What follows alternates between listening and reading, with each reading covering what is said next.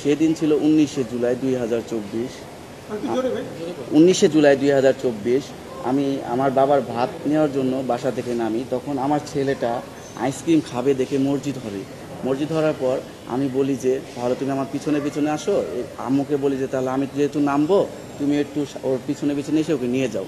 তখন ও দৌড়িয়ে আমার কাছে আসার পর আম্মু এর ভিতরে পিছন দিয়ে আসছিল, ওর পিছনে আমার মা দাঁড়ানো ছিল, কিন্তু আমি দেখি নাই। হঠাৎ করে বাহিরের থেকে একটি গুলি এসে কেচি কেটে ভেদ করে ওর মাথার এই সাইডটা দিয়ে ঢুকে এই সাইড দিয়ে বের হয়ে যায়। পরবর্তীতে আমি আমার ছেলেকে নিয়ে সরাসরি পার্শ্ববর্তী একটি হসপিটালে নিয়ে যাই। প্রাথমিক চিকিৎসার পর ওকে নিয়ে ঢাকা মেডিকেলের উদ্দেশ্যে রওনা হই। যখন সন্ধ্যা হয়ে যায় তখন আমি আমার মার কোনো খোঁজ খবর পাচ্ছি না, ফোন দিচ্ছি পাচ্ছি না।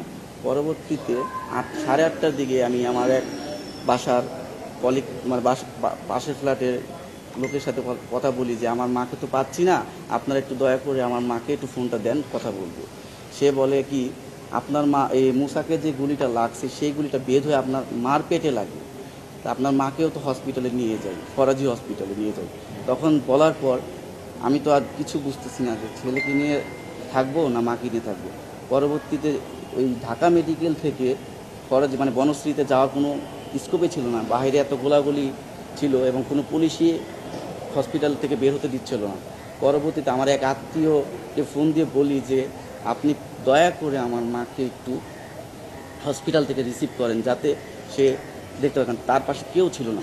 পরবর্তীতে আমার আত্মীয় যাওয়ার পর তাকে দেখে যে ফরাজি হসপিটালের ওয়েটিং রুমের চেয়ারে তাকে শোয়ায় রাখা হয়েছে।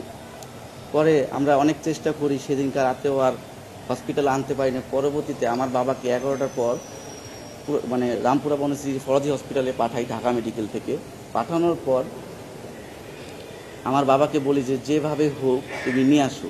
যখন তারা আনতে পারে নাই, সে বলছে যে আজকে রাতটা আপাতত হসপিটালে কাটাই, সকালে আমরা এসে পড়বো ঢাকা মেডিকেলে। পরবর্তীতে আমার বাবা বলছে যে পাচ্ছি না। পরে আমি ঢাকা মেডিকেল থেকে একটি অ্যাম্বুলেন্স পাঠাই যে আমার মাকে নিয়ে আসার জন্য।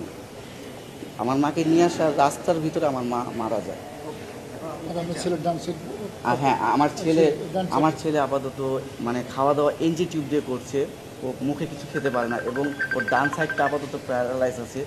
এই সাইডটা উন্নত চিকিৎসার মাধ্যমে ঠিক হওয়া সম্ভব, যেটা আমাদের হয়তো বাংলাদেশে খুব কমই আছে। যেহেতু ওর শুরু থেকে শেষ পর্যন্ত চিকিৎসা এখন সিঙ্গাপুরে হচ্ছে, তাই সিঙ্গাপুরের ডক্টর বলছে ঠিক হবে, কিন্তু এটা অনেক সময় লাগবে। হ্যাঁ, আর ওর এই মাথার এই সাইডে খুলি নাই, এটা হলো আলাদা আর্টিফিশিয়াল স্কাল্প লাগানো। এখন ওর ডান সাইডটা আপাতত প্যারালাইজ আছে, নড়াচড়া করতে পারে না, কিন্তু ও কথা বুঝতে পারে, শুধু বলতে পারে না, হাঁটাচলা করতে পারে না, স্বাভাবিক খাবার খেতে পারে না। আদালতের কাছে যে যারা আমার মাকে হত্যা করেছে এবং আমার ছেলের এই অসুস্থতার জন্য যারা দায়ী, তাদের কঠোর একটি শাস্তি হোক, সেটাই আমি আদালতের কাছে চেয়েছি।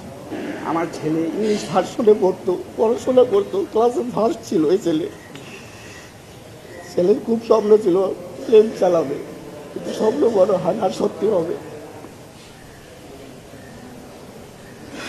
বাসায় এখন শুধু প্লেন বলে, কিন্তু আর উড়াতে পারবে না। ওর স্বপ্নই ছিল ও পাইলট হবে। এই কারণে ওকে ইংলিশ ভার্সনে পড়াচ্ছিলাম। সব জীবনটা আমার পুরো তছনছ করে দিল।